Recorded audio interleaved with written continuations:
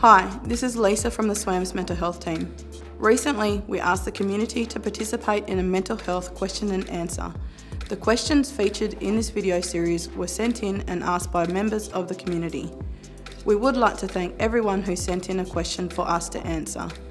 If you need to have a yarn, please call the SWAMS mental health team on 97 266 000. All sessions and conversations are safe and confidential. If you need help immediately, Lifeline offers 24/7 crisis support. You can call them on 13 11 14. Hello, my name's Sonia Crane.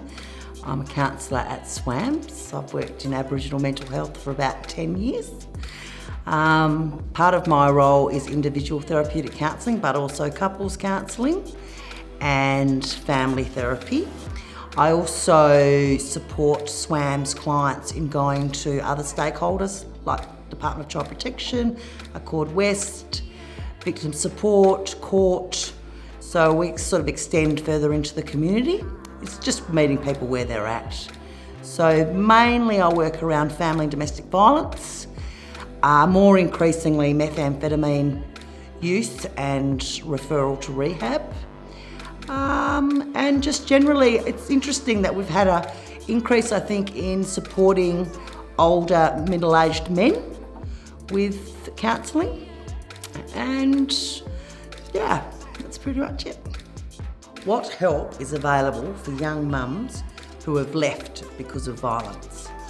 Well, this is a really interesting question because leaving a violent situation or relationship is extremely difficult, and we know that it takes women many times. So although this person might present as I want to leave today, we have to also acknowledge that they may go back to that person. So therefore, we always have to work from a non-judgmental space. I think the advantage with coming to SWAMS is that there's it's not only the mental health team that can support that person, particularly a young woman, because we've got the child and maternal health, we have the GPs, we have relationships with Department of Child Protection, with victim support, with Waratah, with Relationships Australia. So whilst we acknowledge that we support people leaving violence, we think a holistic community-based response is best. We look at risk assessment, and that would include developing a safety plan with that person, because what happens often is people articulate they wanted to leave the person, but the actual leaving, saying it, and the actual leaving, there's a big area of grey there. So we actually need to work with that person in developing a safety plan so that should something escalate outside of normal business hours. So they have numbers.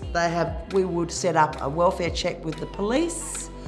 If we had concerns for children, I would probably first speak with the permission of the client. I would probably first speak to other colleagues who might know the nature of this family and how we can best support this family. And then we would closely monitor that person. So that would be ringing them 3 times a week at least, home visit. If there was child protection issues, we would support them in doing that. Violent restraining orders, victims' compensation claims. So yeah, it's endless. There's lots of things that we can do.